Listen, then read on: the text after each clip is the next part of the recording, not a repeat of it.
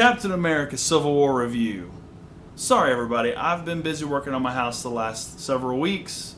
I'm going all the way back to Civil War, which is like a month ago, 2 months ago, month and a half. Wow. So I want to let my love be known for the ones that have come out that I liked and I haven't liked. So here we go. Let's get this thing kicked off with Civil War. Captain America, the man, kicking ass in yet another movie. I loved Winter Soldier, as a lot of people did. Directed by the Russo brothers. This new movie, Civil War, is also directed by the Russo brothers.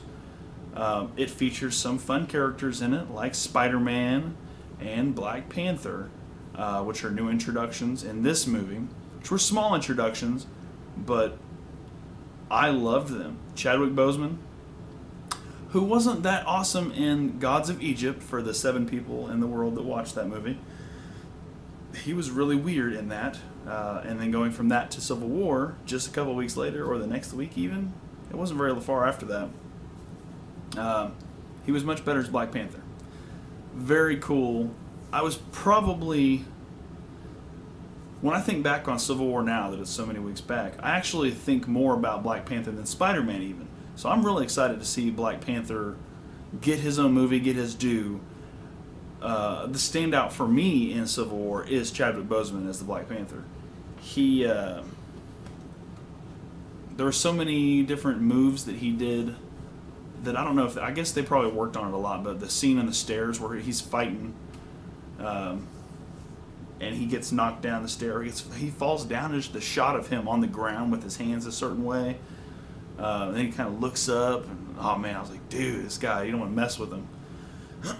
I don't know too much about the lore of Black Panther. I read the 2, there may be 3 issues out now. I've read the 2 new Black Panther comics that came out, which really don't do much to help me out with who this person is. I'm going to have to hit up Jason Inman from Geek History Lesson, which is an awesome podcast if you have not checked it out. I've binged listened almost the entire library. They need to do a Black Panther episode, and if they have one, someone tell me, because maybe I've missed it. Maybe I missed it. But anyway, back to this movie. Captain America, I figured I'd be Team Cap going in. I was Team Cap coming out of it still. A lot of people thought that Iron Man had some good points. I don't know. I just don't. I never saw it. I liked a lot of the thought process behind from where these characters are coming from, but I guess it does bug me after the second time I watched it of how conveniently they all ended up meeting up at this place at the end. What if Tony didn't get, it wouldn't have worked out the same if all these little pieces didn't fall into place, and I felt like it was super convenient that they did. But that being said, yeah, turn your brain off a little bit for that part of it. The movie's awesome. The fighting is good. Scarlet Witch is cool, and you get to see some little hints of the Vision and Scarlet Witch in there, the romance building between them.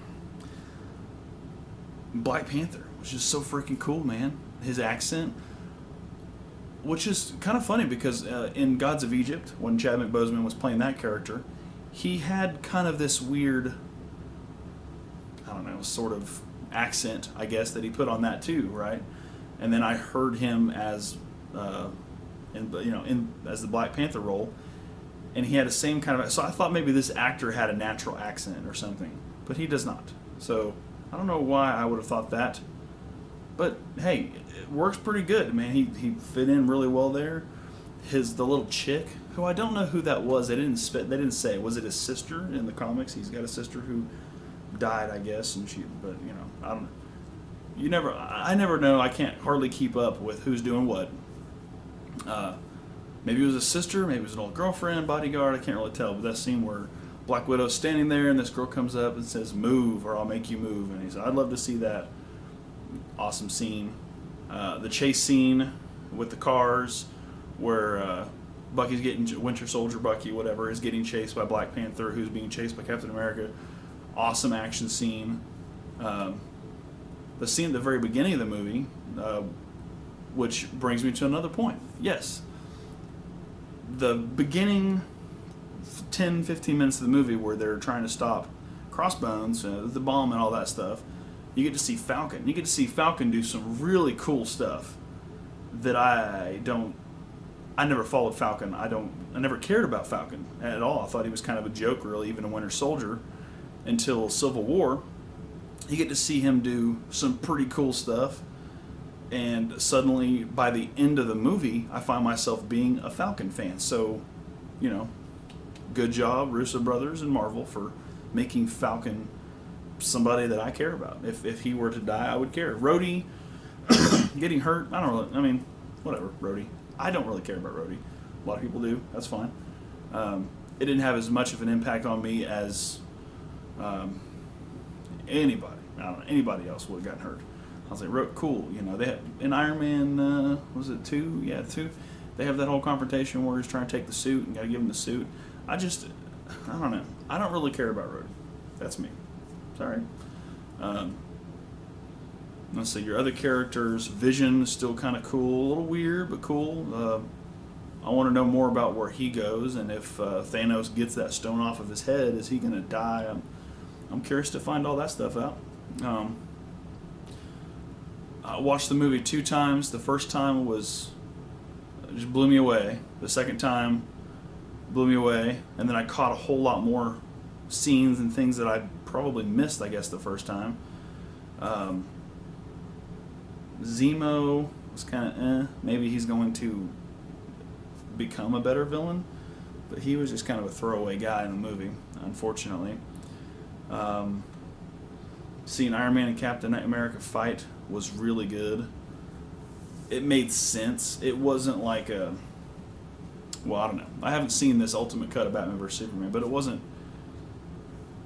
quite just throwing them together, let's give them a stupid reason to fight. It made sense.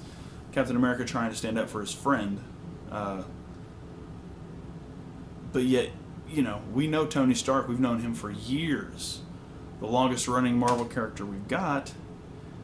And we know his style and his train of thought. Yes, he doesn't care. He knows that he was under control. He doesn't care. He's gonna kick Bucky's ass. That's what he's gonna do. But Captain America gets in the way and tries to stop it. Together, I guess, whatever, I don't spoil too much of it. But the way it worked out made sense, He was able to stop what was going on, and no one really got hurt. Really. Sort of, but not really. The scene at the airport. Ant-Man, aside from Black Panther. So this is a Captain America movie, right? But Black Panther stole the show. As soon as he comes on screen, I'm just like, waiting for him to come back. I want to know what he's doing. I want to see more of what's going on.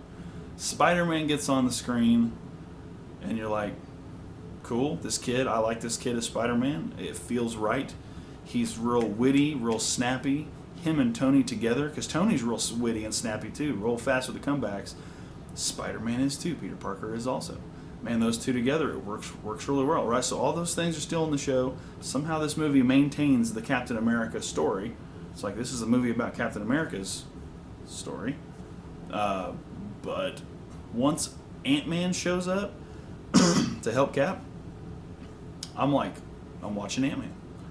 And this is coming from a guy who didn't absolutely fall head over heels in love with Ant-Man the first time I saw it. I was like, cool, that's different, whatever.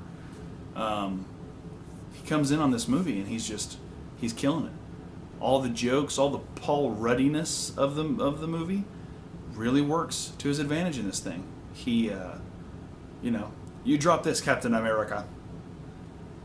I mean, if you've seen I Love You, Man, Paul Rudd gets to do that character, his Paul Rudd character as a superhero, which really works. So then after I watched this a couple times, went back and saw Ant-Man again after processing everything, and I do appreciate it more now. Hooray, hurrah. But he gets in there, he's delivering all these lines that aren't really all that funny, except for Paul Rudd and where Ant-Man came from as his character.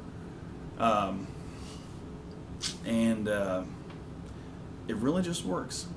The airport scene, the whole battle was awesome. Probably one of the best battle scenes I've seen on screen in forever. They have great fights, he says. Anybody have any big ideas? Oh, I got something for you, man. It's so good. I gotta go watch it again. I gotta find some place to watch this again. It's so good. The whole cast. There's. I don't really know. I've heard some rumors about there being a Black Widow and Hawkeye movie, and straight up, I don't care. I don't care. I like Jeremy Renner. I like him. I like him. I like Hawkeye, but as like a guy that shows up in someone else's movie, I don't care to see a movie about them. There's so many other people in Marvel that I want to see movies about. I'm good. Just let them show up. Let them show up in the Netflix series. That'd make more sense to me. I feel like they could hold their own against people like Daredevil, Jessica Jones, and Luke Cage, and Iron Fist, I guess. I don't know. I haven't seen him yet, but nah, don't need a movie of their own. They're fine in this movie. We didn't get the whole farmhouse scene in this movie, which I appreciated. Don't really care. But overall, movie's amazing. If you haven't seen it, what is this movie? This movie is a really good third iteration of the Captain America story. Winter Soldier, even the first Captain America was more of like a spy movie, sort of. War spy movie. This Winter Soldier was definitely a spy movie. And this one's a good follow-up to the spy movie and the consequences of everything that's happened in the Marvel Universe up to this point. It really made sense. It works. And it leaves you wondering at the end what's coming up next. Like, how are they going to... Obviously, they fight, so how are they going to make up and get back together? Will they get back together? Are we going to get a split with the West Coast Avengers come into play, where Hawkeye does his thing with some of the other guys? Or, is Captain America going to start the new Avengers? How's this all going to play out? How are we going to come together again in Avengers 3? I mean, they kind of explain some of it toward the end with a letter, but not really. It's all unsaid, kind of under the surface. So I'm really curious to see where this all goes. Big fan of this movie. Even though I only saw it twice, and Devontae saw it 5 times. Congratulations to him. This is very good. So if you get a chance to see it and are looking for a good movie, go check this one out. My kids watched it with me in the theater, but my daughter was asking if it was going to be over soon several times after about halfway through, which gets old pretty quick. It is a slower paced movie, but it's very good. So it's geared towards adults, but kids can watch it. A little violence, nothing too bad. Just so you know. Now, if you have a different opinion on this, or you want to talk Civil War, hit me up. You can find me on Twitter and Instagram at Chris Sithlord, or comment in the video. If you like this video, like it, subscribe to the channel, shoot me some messages, and we'll talk movies. So until then, thanks for watching.